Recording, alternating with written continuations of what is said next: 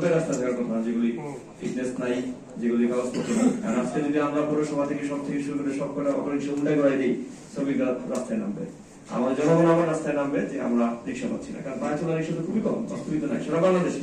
ঢাকার রাজপথে ইভেন আগে সচিবালয়ের সামনে ছিল না, এখন সারা ঢাকা শহর একদম আগে গলিতে ছিল, সব চলে আসছে। ইভেন ঢাকায় একটু ভাড়া বেশি, মহিলা মানুষ বা যাই হোক, আমরা হয়তো ছেলেরা একটু অনেক সময় তর্ক বিতর্ক করি, মহিলা হয়তো সেটা করে না, ভাড়াটা এতই বেশি। আশেপাশে থেকে কুমিল্লা থেকে সবাই জিজ্ঞাসা করলাম, চলে আসছে ঢাকায় যাওয়া চলি, কুমিল্লা থেকে চলে আসছে, আশেপাশের জেলা থেকে চলে আসছে, কারণ ভাড়া বেশি তার। এখন আমাদের এখানে বসার উদ্দেশ্যটা হলো আমাদের জামাতের সেক্রেটারির মধ্যে খুব সুন্দর বলেছেন, শুনেন, আমরা পলিটিক্যাল বক্তব্য সেটা হয়তো মাঠে দিতে পারি। আমি প্রথমেই দুঃখ প্রকাশ করেছি যে আসলে আমারও নিজের উত্তেজনা সৃষ্টি হওয়া ঠিক হয়নি, উত্তেজিত হওয়া ঠিক হয়নি, কারণ এখানে আমরা সবাই বসেছি মূলত সমাধানের জন্য। আমি এক্সট্রিমলি সরি ছাত্রদের কাছে, মন্দির কাছেও দুঃখ প্রকাশ করছি। দুঃখ প্রকাশ করা আসলে দোষের কিছু না, ভুলভ্রান্তি মানুষের হতেই পারে, আমাদের তরফ থেকে হতে পারে, তরফ থেকে হতে পারে। ভুলভ্রান্তি হলে সবাই আমরা একটু ক্ষমা সুন্দর দৃষ্টিতে দেখবো। আমি এই অঞ্চলে যেহেতু চাকরি করেছি, সিলেট অঞ্চল হচ্ছে হযরত শাহজালাল রাদিয়াল্লাহু তাআলা ভূতপূর্ণ ভূমি। এখানে রাজনৈতিক সম্প্রীতি এত ভালো, কল্পনার বাইরে। ইভেন আমার সদর ইউনিভার্সিটি যেটা বললেন, এখানে শুধুমাত্র বাংলাদেশের অফিসাররা চাকরি করতে আসতে চায় না, ব্রিটিশ আমলের অফিসাররা চাকরি করতে চাইতে আসতো, যখন ব্রিটিশ আমল ছিল। কারণ এই জেলাটার মধ্যে রাজনৈতিক সম্প্রীতি আছে, জনগণের মধ্যে একটা সম্প্রীতি আছে, ধর্মীয় সম্প্রীতি আছে। কারণ আমাদের প্রায় 48টি ক্ষুদ্র নৃগোষ্ঠী আছে এখানে, পর্যটন বেষ্টিত এলাকা, সারা বাংলাদেশ থেকে সবাই এখানে বেড়াতে আসে। আল্লাহর রহমতে সকল কিছু মিলে আমরা এত সুন্দর একটা নির্বাচন করেছি, সকলের সহযোগিতা, একটা শব্দ সারা বাংলাদেশের জায়গায় কোনো জায়গা হয়নি। এবং আল্লাহর রহমতে আপনাদের সকলের সহযোগিতা, এত সুন্দর রাজনৈতিক সম্প্রীতি, এটা কল্পনার বাইরে। এবং আমরা যেখানে বসছি, এখানে আসলে বসার উদ্দেশ্যটাই হলো মূলত আমরা যদি একটা কনসেনসাস নিয়ে এখানে সবাই মিলে একটা সিদ্ধান্ত আসতে পারি।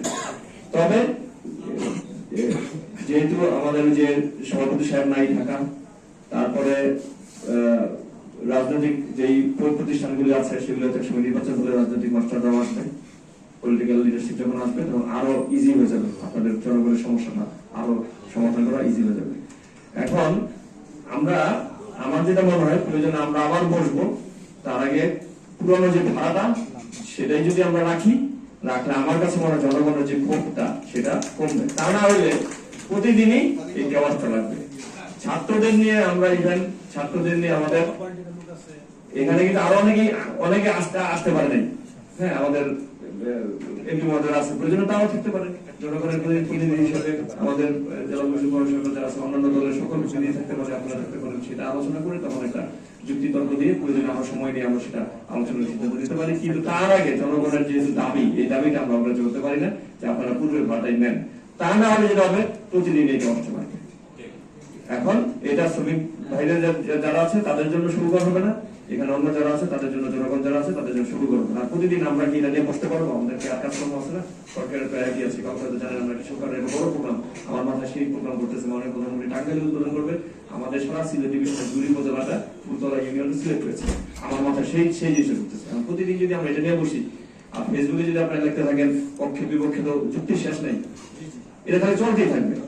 আর এই টেবিলে যখন আমরা বসবো, এটা আমার সেক্রেটারি মহোদয় বলেছে, খুব সুন্দর কথা বলেছে, এটা ব্যক্তি না, আমি আজকে নাই, যারা বসে আসবে আরেকজন আসবে, সে নাই, কেউই তো পার্মানেন্ট না। আমরা এখানে কেউ পার্মানেন্ট, বাস্তবে পার্মানেন্ট না, একদিন সবারই এই দুনিয়া থেকে চলে যেতে হবে। ব্রিটিশ আমলের বিচার ছিল, কয়জনের নাম আমরা জানি।